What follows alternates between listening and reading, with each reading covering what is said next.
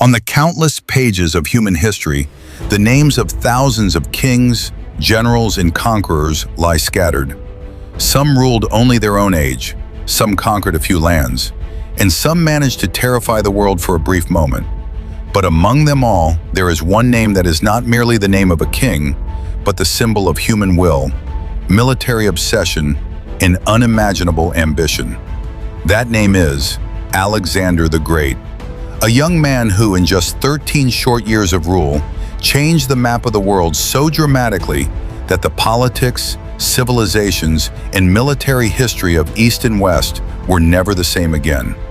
From 336 BC to 323 BC, only a few years. Yet within those few years, he took the small northern Greek kingdom of Macedonia and transformed it into a vast universal empire whose borders stretch from Greece to Egypt, through Persia, across Central Asia, and to the edges of the Indian subcontinent.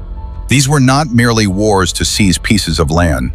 This was the story of a man burning with the desire to make the entire world bow before him. Alexander was the son of Macedonia's powerful king, Philip II. Macedonia in that era was not considered a great center of civilization.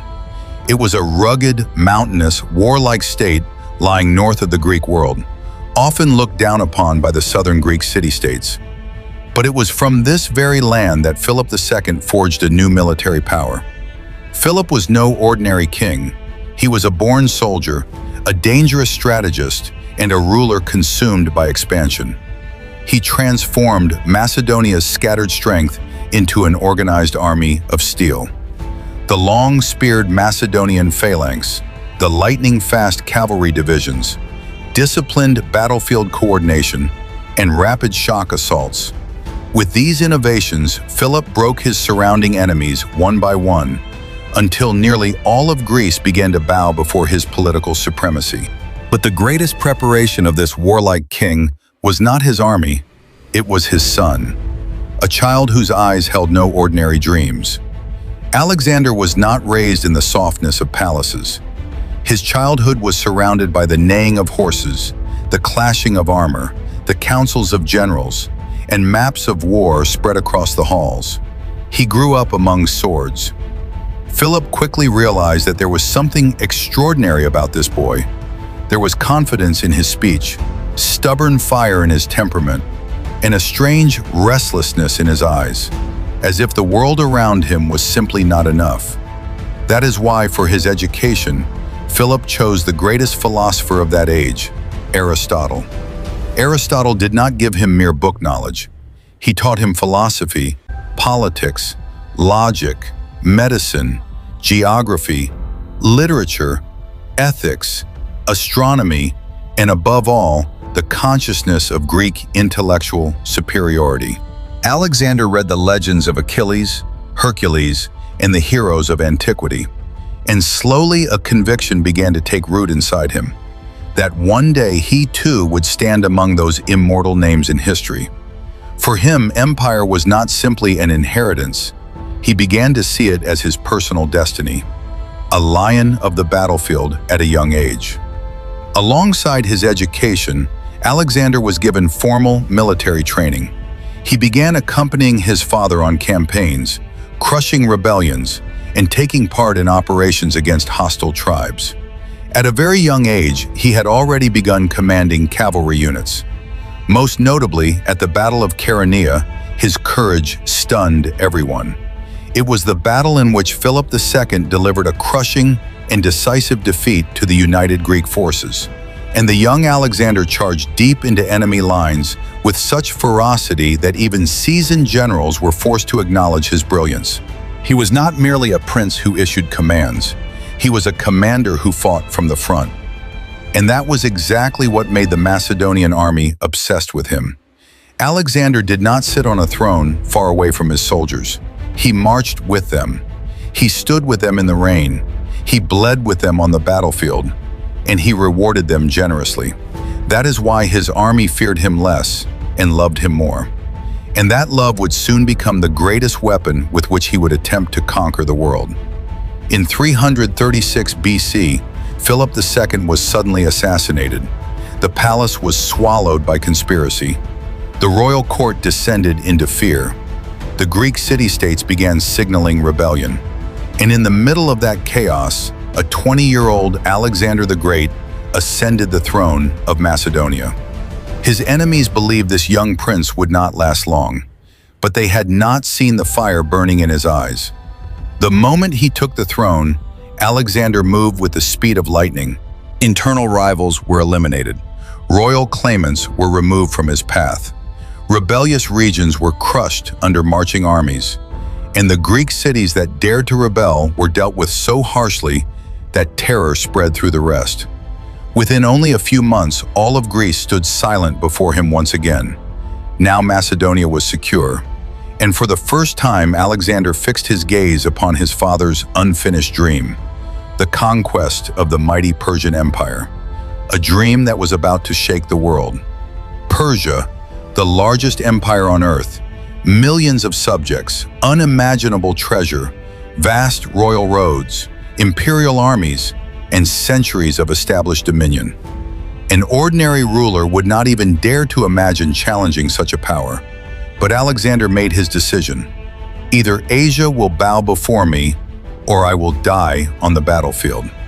He began an enormous military preparation. Thousands of infantry soldiers, elite cavalry, engineers, supply carriers, siege machines, bridge-building equipment, food, water, fodder, maps, diplomatic channels. Everything was arranged with such precision that this looked less like a single war and more like the beginning of a long campaign against the entire known world. Then, in 334 BC, when Alexander crossed the Hellespont and stepped onto the soil of Asia, he drove his spear into the ground as if declaring, "From this moment on, the fate of the world will be written by the sword." And truly, at that very moment, a new storm in history began to rise. As soon as he entered Asia, Persian armies came to face him. But before Macedonian discipline, Alexander's lightning command, and his personal obsession, they shattered one after another. Large parts of Asia Minor quickly fell under his control. Then he turned toward Syria. Coastal cities began to tremble. Some opened their gates at once. Others resisted and were wiped away. When the famous city of Tyre refused to bow, Alexander laid siege to it in one of the most astonishing military operations of the ancient world. For months, the siege continued. A causeway was built through the sea itself to reach the island city. Its walls were breached, and Tyre was turned into a lesson for all who would dare resist. After that, Gaza fell, and then the gates of Egypt opened before him. Egypt did not receive him as an invader, it welcomed him as a liberator. There he was honored almost like a pharaoh. And in 332 BC, on the shores of the Mediterranean, he founded a new city, Alexandria, a city that would later become one of the greatest centers of knowledge, trade, philosophy, and civilization in the world. Which meant Alexander was not merely conquering land, he was erecting the pillars of his eternal presence. And now, Egypt was behind him. Persia stood before him. The real collision had yet to come. The collision that would decide the fate between the greatest empire on earth and the most dangerous young conqueror the world had ever seen. Egypt had already fallen. The Mediterranean coastline had passed under Alexander's control. By founding Alexandria, he had already left behind a new symbol of civilization. But all of that was only a prelude. The true target still stood ahead of him, the Persian Empire. The empire whose name had made rulers of East and West tremble for centuries. The empire of immeasurable treasure, golden palaces, and military power the world believed could never be defeated. But for Alexander the Great, there was only one thing in this world he could not tolerate: any power greater than himself. So instead of resting in Egypt, he set his armies in motion once again and marched northeast. His eyes were now fixed on the plains of Mesopotamia, where it would be decided who the true king of Asia was. Darius III, Persia's last hope. Upon the Persian throne sat Darius III. He knew that if Alexander was not stopped now, the sun of the Achaemenid Empire would set forever. So he gathered every remaining ounce of imperial strength. Armies were summoned from the provinces. War chariots were prepared. Cavalry divisions were assembled. Mercenary soldiers were recruited, and a battlefield was chosen where Persian numbers could be used to their fullest advantage. That battlefield was Battle of Gaugamela, a vast, open, level plain, where Darius believed he would crush the Macedonian army beneath sheer weight. But he was forgetting one thing. For Alexander, war was never a game of numbers. It was the art of speed, psychology, and striking directly at the enemy's heart. 331 BC, Gaugamela, where an empire broke. Morning had arrived. Dust clouds rolled across the horizon. The Persian army stretched for miles. The wheels of the chariots gleamed. Royal standards waved in the wind, and Darius III stood high upon his royal chariot, watching the Macedonian lines. On the other side stood Alexander, outnumbered, but carrying the same fanatical certainty in his eyes. He arranged his formations, the Macedonian phalanx in the center, the companion cavalry on the right wing, and he himself in the front line with his chosen riders. The battle began. Persian chariots thundered forward. Arrows rained like darkness. The earth shook beneath pounding hooves. But Alexander did what only Alexander could do. He slowly extended his right flank, created a widening gap in the Persian formation, and then, with his elite cavalry, struck like a sharpened bolt of lightning straight toward Darius himself. The assault was so fast, so merciless, and so unexpected that the Persian center could not recover. The lines began to break. Royal guards began to fall back. And then came the moment that decided the entire war. Darius III turned his chariot and fled the battlefield.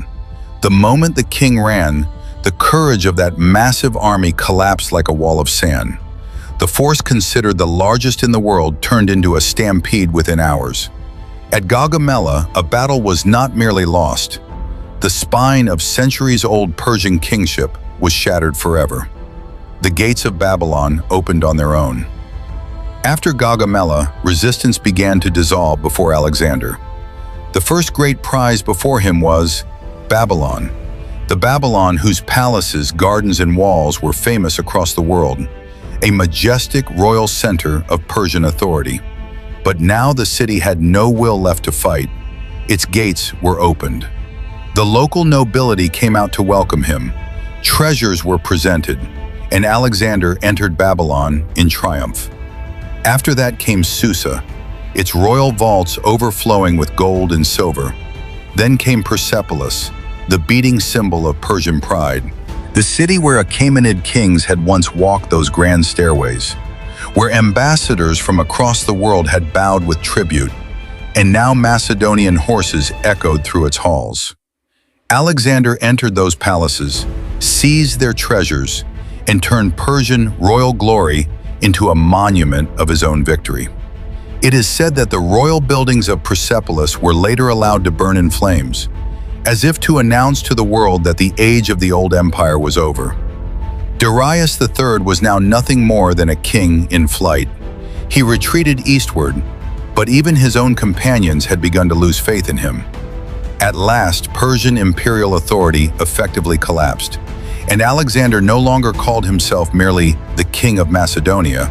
He began calling himself the King of Asia. This was not simply a title, it was a declaration that the young man from Greece now had his hand upon the crown of the entire East. Not just a conqueror, a new emperor. Here, something remarkable appears. Most conquerors destroy the defeated empire, its language, its nobility, its traditions, its identity. But Alexander did not choose total annihilation. He preserved several parts of the Persian royal system. He allied himself with local nobles. He adopted elements of Persian royal dress and court ceremony. And slowly he began sending a message. He was not merely an invader. he was the new emperor. His later marriage alliance with the Iranian-born Princess Roxana was part of that same larger political strategy. He wanted the conquered people to see him not as a usurper, but as a legitimate ruler. Yet behind this appearance of softness, the true veins of power remained firmly in his own hands. Darius's loyal officers were removed. Key military commands were handed to Macedonian generals. Treasuries came under Macedonian supervision. Administrative centers shifted under Greek influence, meaning Persia looked alive from the outside, but from within, its soul had been replaced. No longer did Persian command rule here. Macedonian will did. The birth of a new world. But Alexander's purpose was not simply to sit on a conquered throne. He wanted the Greek language, Greek philosophy, Greek architecture, Greek systems of government, and Greek thought itself to spread into these vast eastern lands. Meaning he was not merely building an empire, he was creating a new, blended civilization. From this would later emerge what historians call the Hellenistic world, the first age in which East and West began merging on such an enormous scale. But even after Persia had fallen, Alexander's thirst did not end. Babylon, Susa, Persepolis, none of it was enough. His eyes had already moved beyond, toward lands the Greek world considered almost mythical, India. And that was where Alexander's obsession was about to reach its final extreme. But this was only the beginning. A centuries-old superpower like Persia now lay beneath the feet of this young conqueror. The treasures of Babylon, the burning palaces of Persepolis, and the crown of King of Asia, all of it now belonged to Alexander. Yet the astonishing truth is this: even after such unimaginable victories, the fire inside him did not cool. His eyes were now fixed on a land the Greeks described as the realm of wealth, war elephants, mysterious kings, and endless armies, India. And there he would face not merely new kingdoms, but an enemy who would challenge Alexander's pride for the very first time. Would this undefeated conqueror unleash the same storm upon the Indian subcontinent? Or was this where the first crack in his legend began? To discover that, watch part 2 of this epic saga.